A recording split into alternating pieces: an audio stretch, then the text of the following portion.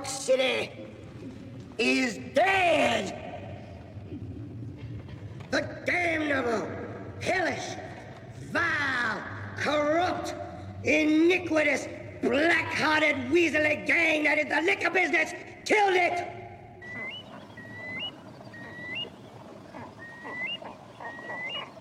Now!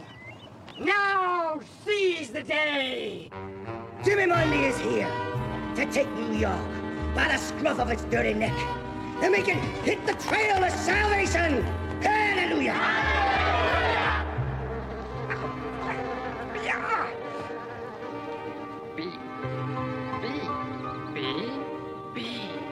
B. The past is dead. Tomorrow is not born. Be today. Be. The tango and the foxtrot didn't kill New York, brothers and sisters. The bootleg booze and the jazz music didn't kill it. But they are what is going to bring New York down, down, down, down, down to the bottomless pit of hell. Be today! This is good. You're gonna be saved, brothers and sisters, whether you like it or whether you don't. This means you!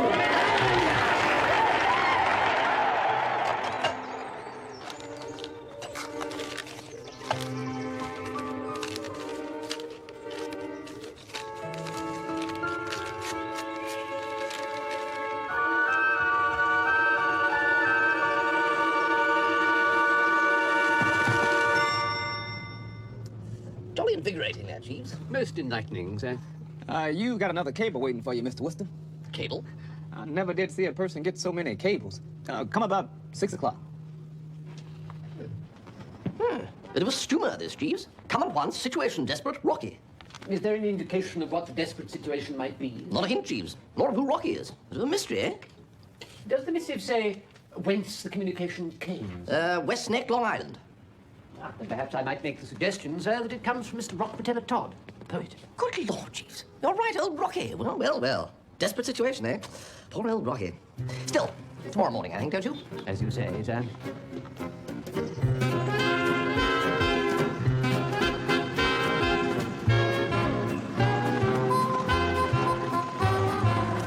Thank you, Kevin.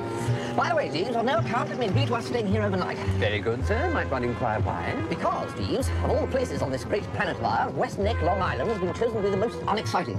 The last time anything remotely interesting happened here was in 1842, when a tree fell over. They still talk about it in the village.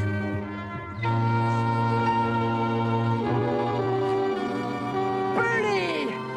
I knew you wouldn't let me down. Listen to this. Just listen to this.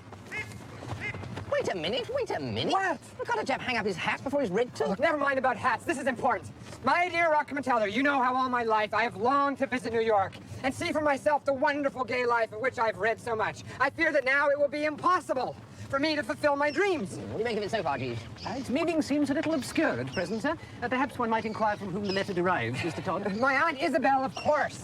I'm old and worn out. I seem to have no strength left in me. Sad, Jeeves, what? Extremely affecting, sir. Sad nothing! She's bursting with health! She's got this fixed idea that a trip to New York would kill her, so though it's been her ambition all her life to go there, she stays where she is. Rather like a chap whose heart was in the Highlands of chasing the deer, Jeeves. Can I get on with this? So, I have decided that if I cannot enjoy the marvels of the city myself, I can at least enjoy them through you. As you know, you will have all my money when I am gone, but I have decided now to send you a substantial sum of money each month. This is good news, Rocky. On one condition. My condition is that you live in New York and plunge into the gay, prismatic life of the city as I have always wanted to do. Above all, I want you to write me letters at least once a week, giving me a full description of what you're doing so that I may enjoy secondhand what my wretched health prevents me from enjoying myself. Your affectionate Aunt Isabel Rockefeller. What on earth am I gonna do? Rocky, New York's going to be packed with theaters and late-night reviews. Good Lord, I'd have to dress for dinner every night. I won't do it. I can't do it. Do you realize I don't usually get out of my pajamas till 5 in the afternoon, and then I just put on a sweater like this? Don't listen, Jeeves. Jeeves? I'm sorry, Jeeves. You shouldn't have heard that. I should be better directly, sir. But, Rocky, why can't you just write your aunt and explain? I could if I wanted her to get round to her lawyers in 2 quick leaps and cut me out of her will. What do you suggest, Jeeves? Well, sir, if Mr. Todd adheres to his expressed intention of remaining in the country, then it seems to me that the only possibility is for Mr. Todd to secure the services of a second party to gather the actual experiences, and these could be conveyed to him in the shape of a careful report upon which it will be possible to base the substance of the suggested correspondence. Could he make it a little clearer, Bertie? I thought at the beginning it was going to make sense, but it kind of flickered. Yes, well, it takes a bit of getting used to. What he's saying, Rocky, is that you need someone to go around the town for you and take a few notes. You then work the notes up into letters. Who'd do it? Ah, well, that's the... Bicky! What? Bicky Bickersteth.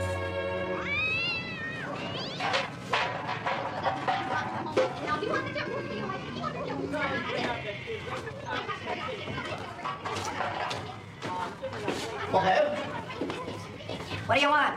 Good afternoon, madam. Don't you good afternoon me. I'm a respectable woman. I have no reason to doubt it, madam. We are calling upon Mr. Bickersteth. Next floor up. Hey, big fella. You're kind of cute the way you talk. Madam is too kind. If you want to come in and split a beer anytime. Well, I shall most certainly bear your generous invitation in mind if I'm in the vicinity. Good afternoon, madam. You seem to have made a bit of a conquest there, Reed. Thank you, sir. Now, there's Bicky earning the daily bread and butter. So, hard at it, Bicky. What? Oh, no. I'm just writing to my father. I seem to spend most of my time doing that. With respect, sir, if you were to take the bull by the horns and inform your father that you were in New York and not Colorado... I can't. There's something I don't know about. Yes, my father... Hang on. How do you know about all this, Jeeves? I chanced to meet His Grace's butler before we left England, sir. He informed me that he had happened to overhear His Grace speaking to you on the matter. What's all this His Grace business? Your father a bishop or something, Bicky? And Mr. Bickersteth's father is the Duke of Chiswick, sir. The Duke? I didn't know that. Doesn't that mean you ought to be Lord something or other? Yes, I could be, but I don't really like to call myself that. Anyway, when the old boy had turfed me out, he said that I was a brainless nincompoop. And the idea was to pack me off to some blighted locality by the name of Colorado, where they'd teach me farming and ranching, or whatever it is they call it. Anyway, I really couldn't stick it there, so I came here instead. But I couldn't exactly tell the old man that, otherwise he'd cut off my allowance. So you have to write to him pretending you're still in Colorado? Quite. 1 burger medium, 1 rare, and 1 ham and eggs over easy. You want a shake with that? Thank you. No, I shall just sit here quietly, I think. Is he being funny? No, he always talks like that. She means, do you want a milkshake, Jeeves? Oh, thank you. No. A cup of coffee, if you please. You got it. Don't think I have. However, if you'll pardon me for saying so, Mr. Bickersteth, it is not that your father particularly wishes you to be in Colorado. Were you to inform him that you were involved in a successful venture, it would not matter to him where that venture had its base. You mean I could tell him that I've left Colorado because I've got some terrific business going on in New York? Something of the kind, sir, yes. Anyway, Bicky, fascinating, as all that is. It isn't what Jeeves and I came to see you about. We've come to offer you a job. Oh, well paid, I hope. Wait till you hear what it is, Osborne. All you have to do is to go to as many parties, nightclubs, restaurants, theatres, racetracks as you can, all expenses paid, and write a short report on these activities for a friend of mine. And get paid as well. And be paid for it as well. There's no catch. 2 shakes and a coffee for the big fella. Thank you. Say, you're pretty cute, you know that? Thank you, so I have been informed. You really slay me. Jeeves, you seem to have a fatal fascination for the women of this country. Yes, it is a problem, sir. There's no chance of your switching it off or something, I suppose? I regret not, sir. I have to learn to bear it. As do the rest of us, Jeeves. Now, Bicky, about this painting the town red, when can you start, do you think? Oh, well, let me see. When did you have in mind, then? Well, you sort of hoped you could start tonight. Oh, no, I can't do that. I've got a novel to write before that, and 3 short stories finished. No, I couldn't possibly do it. Blast. Very frustrating, Jeeves. Surely there must be somebody who is willing to sacrifice himself on the altar of New York's nightlife. Indeed, sir. Jeeves!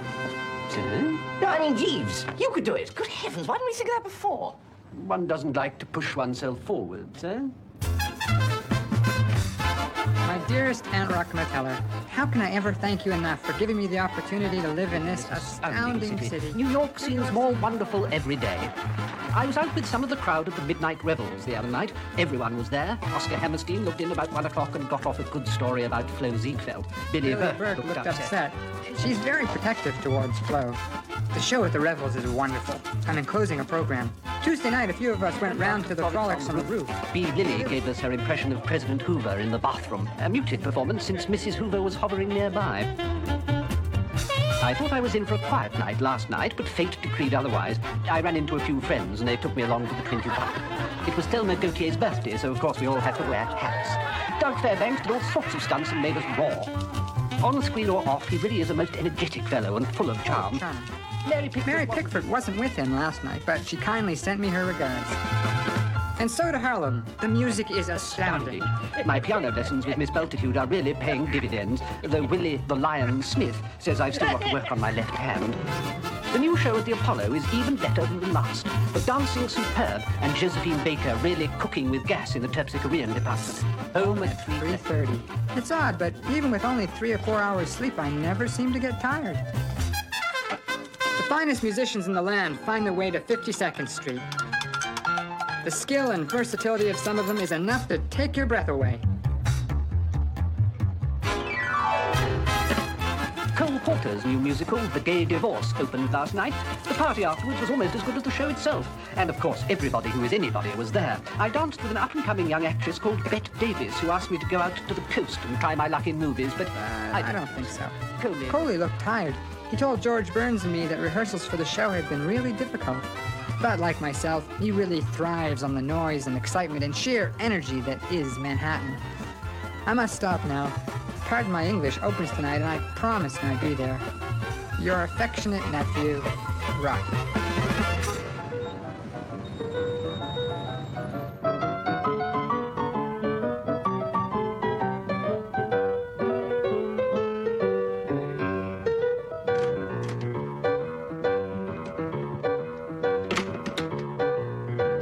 What do you think, Jeeves? I had the most extraordinary fellow playing the piano like this at the Onyx Club on 52nd Street. It's called Pinetop's Boogie Woogie. Indeed, sir, by the late Mr. Clarence Pinetop Smith. You've heard of it, Jeeves? Oh, indeed, sir. I was fortunate enough to attend a performance of that item by Mr. Meade Lux Lewis at Jack and Charlie's 21 only a few nights ago. He also gave us a spirited rendition of Honky Tonk Train Blues, a most stimulating composition. I don't think I know that one. Oh, if you'd like me to demonstrate, sir? By all means, Jeeves.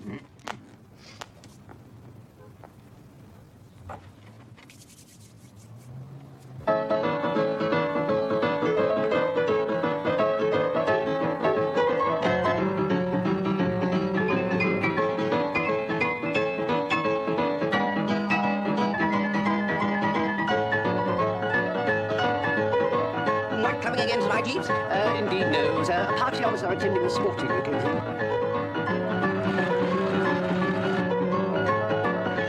I have not yet touched on the sporting scene in New York, but the sports fanatic is certainly well catered for. And in baseball, basketball, and the roller derby, the spirit of fair play itself is exemplified. May the best man win is the cry.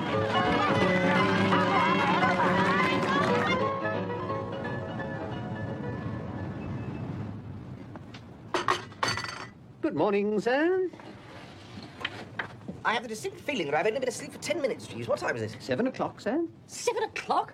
Did I ask to be wakened 3.5 hours before breakfast? No, I'm sorry, sir, but Mr. Bickersteth is here, sir. He said it is a matter of the direst emergency.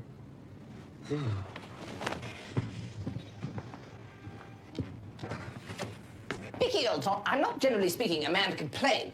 Oh, Bertie, thank God. I'm in the most frightful trouble. I don't know what to do. My father's arriving this morning. Bicky, did you get me up at this ungodly hour merely to keep me up to date with your family's social engagement? No, you ass. I wrote to my father, as Jeeves suggested, telling him that I'd dropped into rather good business with here in New York, and that I decided to sort of chuck in the ranch idea. Yes. Well, now he says he's coming to stay with me. Well, what's wrong with that? Oh, everything's wrong with it. I've given him the impression that I'm living here in pretty good style. I can't have him coming to stay with me in a boarding house.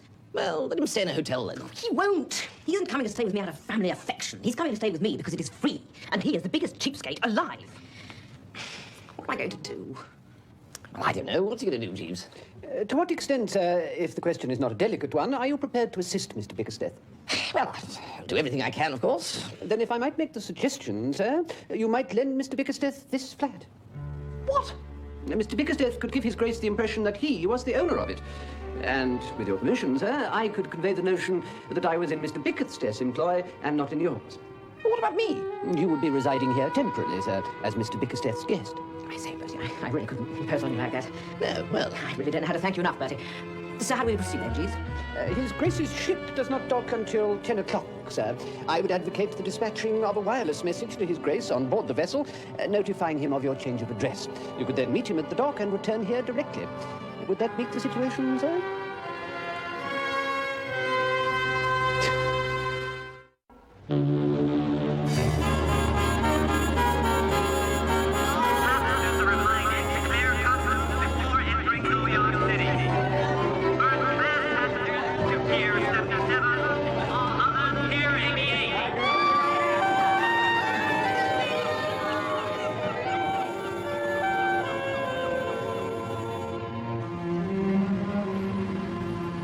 $2? That's iniquitous.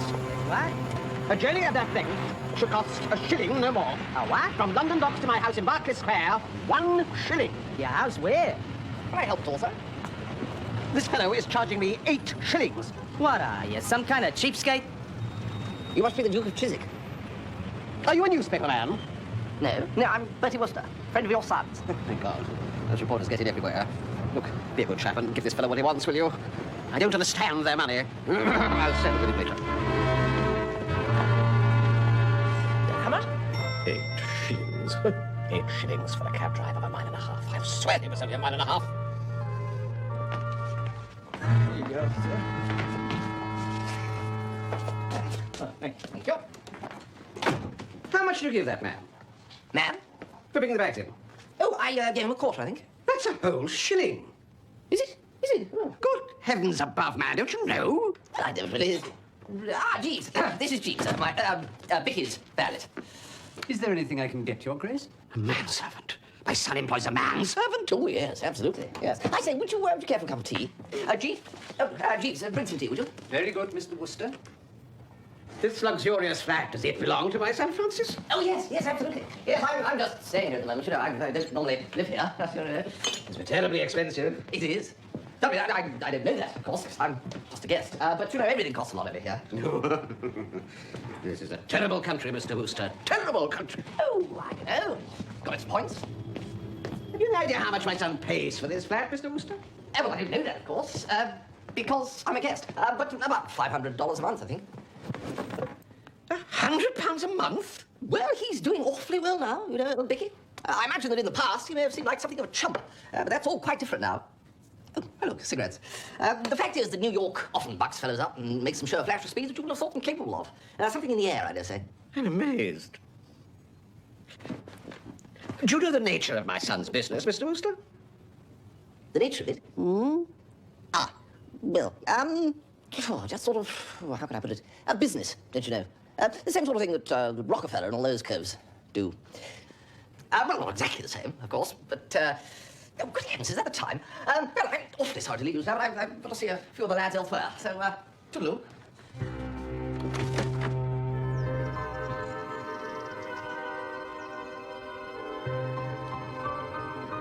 My dear Aunt Isabel, I was very surprised to get your letter saying that you don't want me to write any more reports on New York nightlife. I thought you were enjoying them. I've certainly enjoyed writing them. I only hope this doesn't indicate any further deterioration in your health. Your affectionate nephew, Rocky.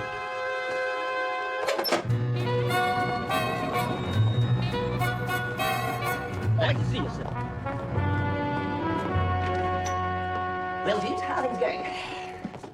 Where is everybody? Bicky, the Duke of Bicky? His Grace desired to see some of the sights of the city, sir. Mr. Bickersteth, it's been bucked with the way things are going on.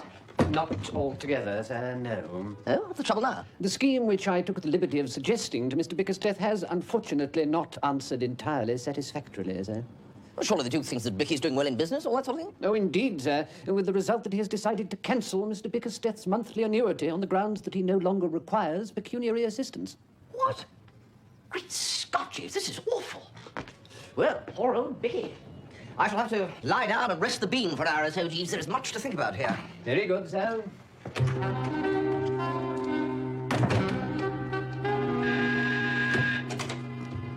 Whatever they're selling, Jeeves, tell them we have an ample supply already. Certainly, sir.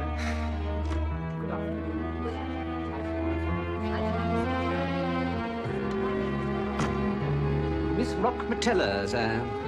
Miss who? Rock Matella. Rocky's aunt. Are you Mr. Cole Porter? No? Mr. Florence Ziegfeld? No? Well, you must be somebody. Well, I am. I'm Bertie Wooster. Is that somebody? Well, I don't recall Rockmeteller mentioning you in his letters. Rockmeteller writes such wonderful letters. His descriptions of life in the metropolis evoked such excitement in me that I experienced a miraculous cure. Where is Rockmeteller? Well, where is Mr. Rockmeteller, Jeeves? Do we know? If you recall, sir, Mr. Rockmeteller went out in the automobile with a party earlier this afternoon. So he did, yes. He gave us to understand that he might be somewhat late in returning, sir.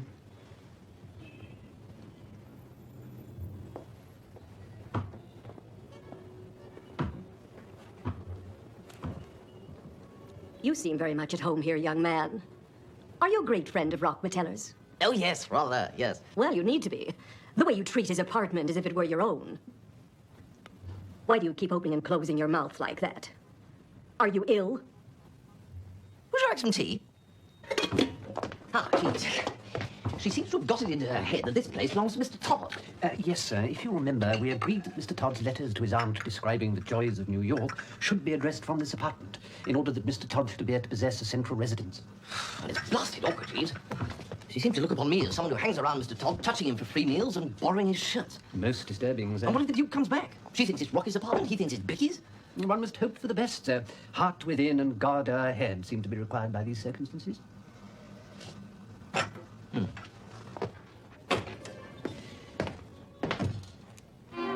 Jeeves!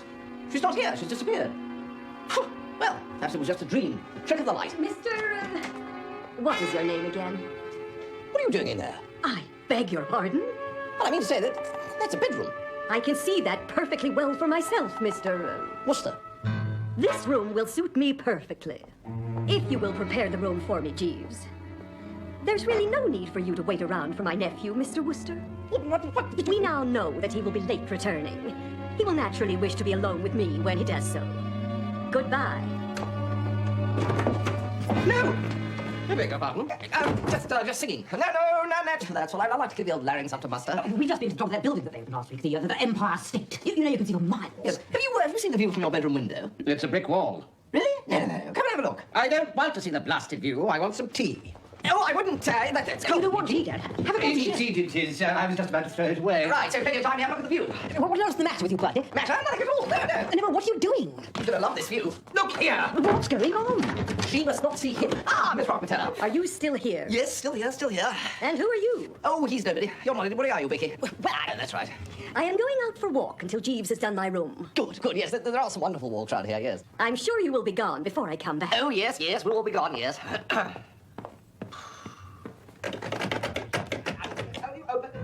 There's somebody in that room. No, it's an earthquake. An earthquake? Well, more than a tremor, really. It's nothing to worry about. There's somebody in there, I say. Yes, it must be Jeeves. No, it's Jeeves. Oh, dear, it's stuck. Yes, it's all right, Jeeves. The door's jammed again. It keeps jamming, particularly after a tremor. This door is locked. He said it's locked. Yes, it did sound like that, didn't it? What he actually said was, the whole building rocked. Rocked? Yes, it's all right, Jeeves. We'll have you out of there in no time. Hello. I've brought you some fresh tea, sir. That's Jeeves. Yes, madam? Then who is in that room? In that room, madam, the painter. The room is being redecorated. I lock him in until he's finished. He's a fine craftsman, but unreliable. Get back to your work. You can have a drink when you've finished, and not before. Would you like some tea, Miss Rockmeteller? No. I was going out for a walk. Yes. Very good, madam. Good afternoon, Miss Rockmeteller. That was Rocky's aunt. She thinks this flat belongs to him. But who's Rocky? Oh, never mind who Rocky is. The point is... The blasted door was locked! I'm so sorry, Your Grace. That was my doing. There were reporters present from the Daily Chronicle. I did not have time to warn Your Grace. Reporters? The devil's on my trail already. It's because I'm a duke, you know. Authorities. You don't get reporters running after you, do you? Very seldom, Your Grace. There you are, then. Will that be all, Your Grace? Yes, that's all. Is that tea there? Indeed it is, Your Grace.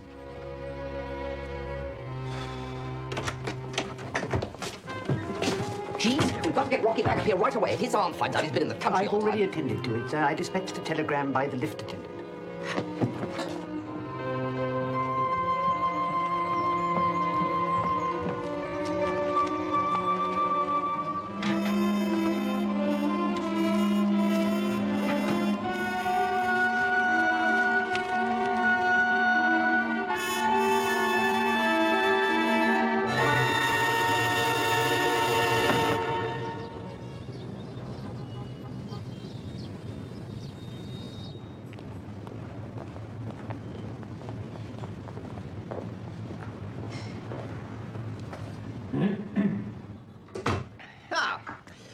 think this is a bit thick, Jeeves. Indeed it is, sir.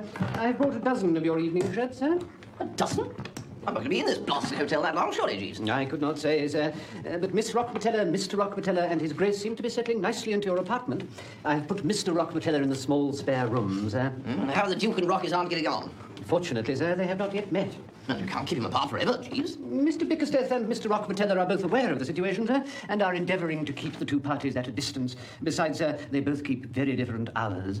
Oh, Rockmateller, it's all just as you painted it to me in your wonderful letters.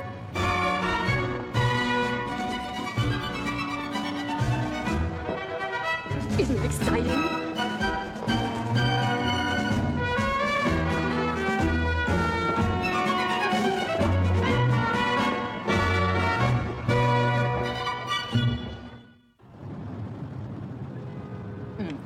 It's awful, Bertie, not having an allowance anymore. I mean, if only this thing could have happened a couple of weeks later. My next month's allowance is due to roll in today, and I could work to business with. I read about it in a magazine advertisement. What's that? Well, it seems that you can make an absolute bally fortune if you can only get a few dollars together. I mean, what you do is, you see, you just start a chicken farm. I mean, it's obvious, really, when you think about it. You know, you buy a hen, and then it lays an egg every day of the week, and then you sell the eggs for, say, sort of a dozen for 25 cents. I mean, everything is just pure profit after that. Running a chicken costs absolutely nothing, practically. But, of course, I can't do it because I've got the cash. Oh, well, now, Bicky, you only got to say the word. No, I really couldn't sponge off you, but I just couldn't. Well, it's not exactly... Honestly, I can't. Well, in that case, there's only one thing for it. What's that? Jeeves. I do not wish to appear to be taking a liberty, sir, but I think we have overlooked His Grace's potentialities as a source of revenue. I do not allude to the possibility, sir, of inducing His Grace to part with any money. I'm taking the liberty of regarding His Grace in the light of an, at present, if I may say so, useless property which is capable of being developed. You could make it a bit clearer for us, could you, Jeeves? In a nutshell, sir, what I mean is this. His Grace is, in a sense, a prominent personage. Now, the inhabitants of this country, as you are no doubt aware, are peculiarly addicted to shaking hands with prominent personages. It occurred to me that either yourself or Mr. Bickersteth might know of persons who would be willing to pay a small fee, say $3 or $4, for the privilege of an introduction to His Grace, handshake included in price of ticket. Nobody is going to be mug enough to part with solid cash just to shake hands with my father. I had an aunt, sir, who paid 5 shillings to a young man for bringing a moving picture actor to her house for tea on Sunday. It gave her social standing among the neighbours. Now, an alternative strategy might be to institute a search for a large group. A convention, for instance, might be in town. A convention, eh? Well, what do you think, then, Bertie? Well, I'm for it, absolutely. Where is your father? Is he in? No, he went out to walk in the park. Right, well, what we've got to do here is... Jeeves! What are you doing here? Me? Oh, well... Have you got nothing better to do than hang around Rockmateller's apartment all day? Jeeves?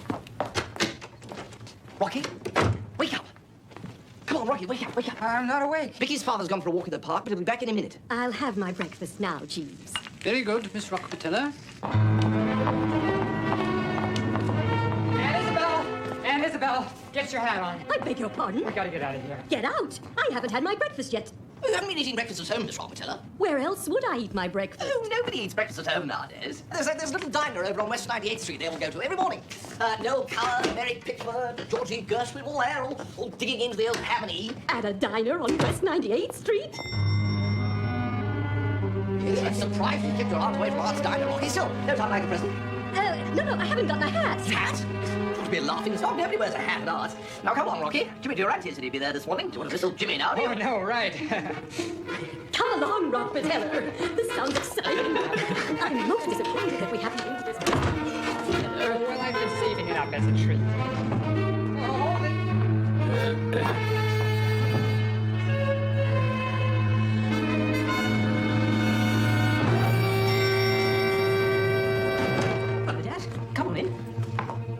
Who is that man, Rockmateller? What man? The man that just went into your apartment. Oh, him. Oh, he's come to fix the central heating. But that Englishman called him Dad. Did he? Oh, that's, of course he did, because that's his name, Mr. Dad. Aloysius Dad. Great plumber. Who's that woman who just left? Oh, she'd come to measure up for new curtains. New curtains? Is there no end to your profligacy, boy?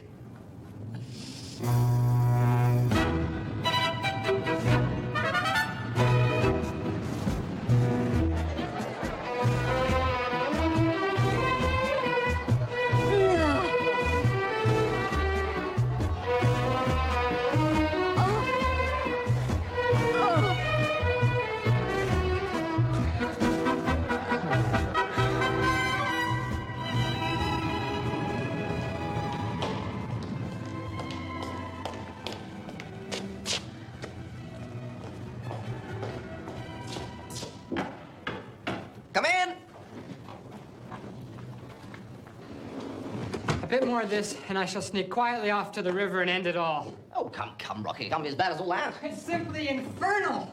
You mean to say you do this sort of thing every night, Bertie, and enjoy it? Apart from anything else, I almost get brain fever inventing lies to tell Aunt Isabel, and then I gotta swim around in this bloody evening clothes of yours. Mine? You'll ruin them. Well, it's your fault. You got me into this. It's my... How is it my fault? Well, Jeeves, then. It's all the same. I tell you, Bertie, I can't stand it. It's got to stop. Well, can't Jeeves think of anything? He just hangs around saying, "Most disturbing, sir." A fat lot of good that does. Well, at least you're saving us a lot of money. What do you mean, saving money? She stopped the allowance. She wrote to the lawyer saying that now she's in New York, there's no necessity for it, as we shall always be together. Come back to the apartment with me, won't you, Bertie? Please. See if you and Jeeves can't think up something. Please.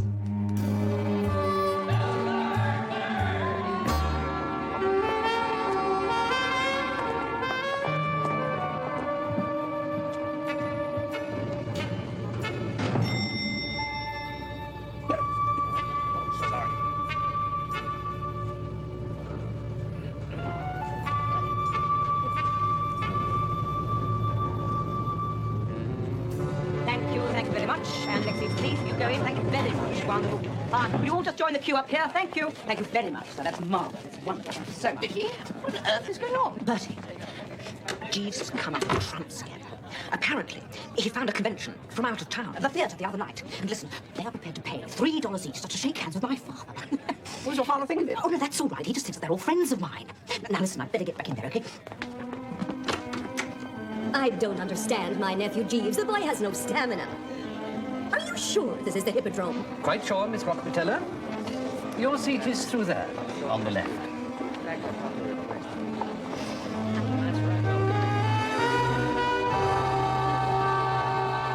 Yes, sir. It's a real pleasure to shake the hand of a real live English Duke.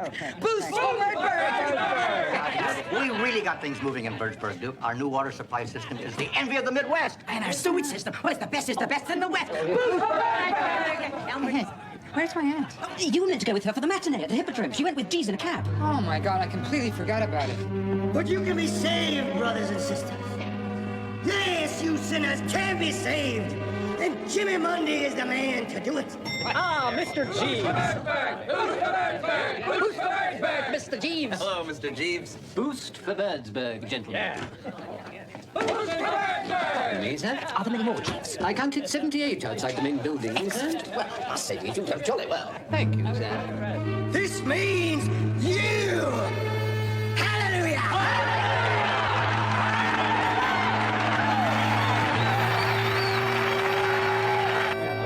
Thank you so charming. Hello. I didn't know you had so many friends, Oh, Francis. really? So kind of you. Come on, waiting outside to meet you, Daddy. So very... Yes, really? Yes. Very kind of you. Thank you. Come straight on through. The Duke is dying to meet you. Thank you very much. Thank you so much. Thank you. What message have you for Birdsburg, Duke? I've never been to Birdsburg.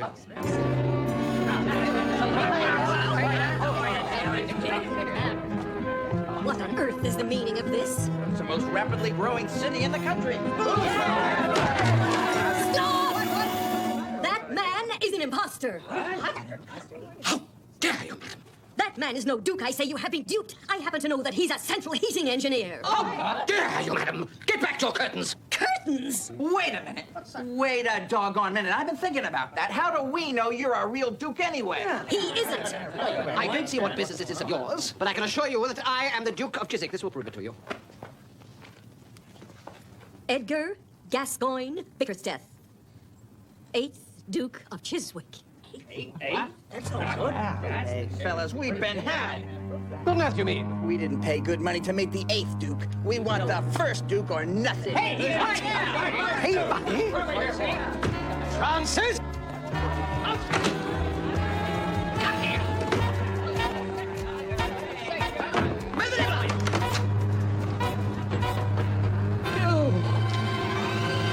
Francis! Come here, Francis! Come on, fellas, it's a fraud. He's only the 8th Duke. Hey, somebody call the cops! I had to, Papa. You cut off my allowance. Rubbish! Just you wait till I get my hands on you! I'm gonna write to my senator about this. I'm not I I needed money to start the chicken farm. I mean, listen, you buy a hen, and then it lays an egg every day of the week, and then you simply sell the eggs. Chicken farm, I mean, it's absolutely brilliant, Weeds. They got nothing to keep, and then you simply sell the eggs, and you know, What in God's name are you talking about? You never suppose you're a successful businessman. Well, no, it's not exactly Bicky's fault, sir. Although he did exaggerate a bit.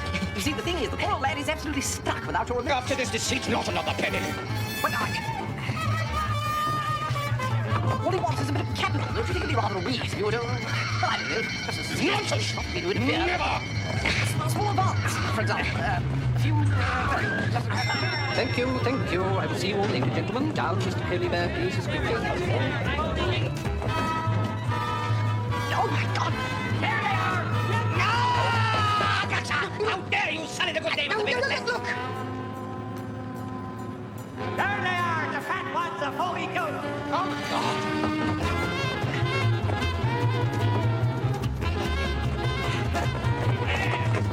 This way, gentlemen. I should advise a degree of alacrity, Your Grace. What are they doing? They seem intent on arresting Your Grace for fraud. Fraud?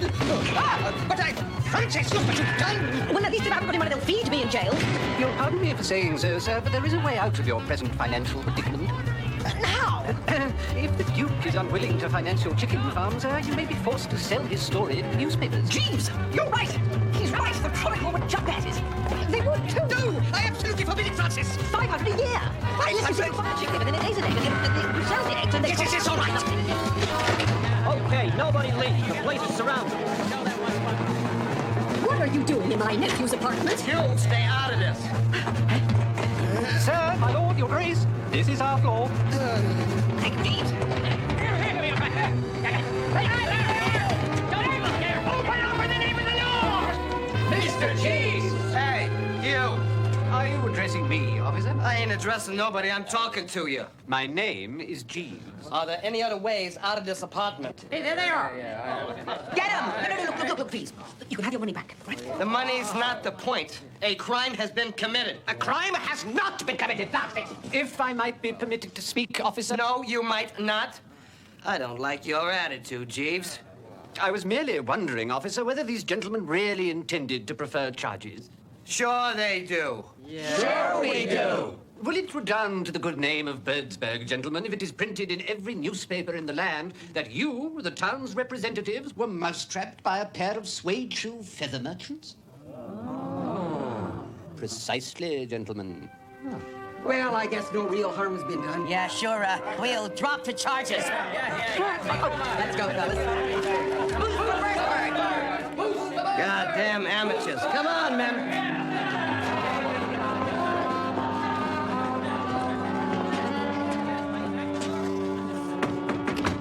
I need a drink. No! I cannot stand idly by and see a young man going to perdition. I shudder at the wrong I did you by urging you into contact with this wicked city. But I thought you said I have only this afternoon had the privilege of hearing Mr. Monday speak on the subject of New York. Jimmy Monday? Yes, Jimmy Monday. I'm surprised at a man of your stamp having heard of him. There's no music, there are no drunken dancing men, no shameless flaunting women at his meetings. So for you, they would have no attraction. Well, And to think it was by the merest accident that I heard him. I asked your manservant Jeeves to take me to the Hippodrome to the matinee. The man has very little intelligence. And I'm thankful for it. Instead of the Hippodrome, he took me to where Mr. Monday's holding his meetings. Mr. Monday showed me the pomp and vanity of sitting in gilded haunts of vice, eating lobster and dancing the tango when decent people should be in bed. When he stood on one leg, pointed at where I was sitting and shouted, "This means you!" I could have sunk through the floor. Now, Rock Meteller, you will go to the country, won't you? You want me to go back and live in the country? Yes, Rock Meteller, yes. Back to that little cottage? For my sake, Rock Meteller, yes. All right. Now perhaps I can have some tea. Does this apartment belong to my nephew or your son? Well, neither, actually. It belongs to me. You? I'm of the opinion that the young people of today are far more trouble than they're worth. You're absolutely right, Mr. What do I call you? You may call me Edgar, madam. Miss. Indeed.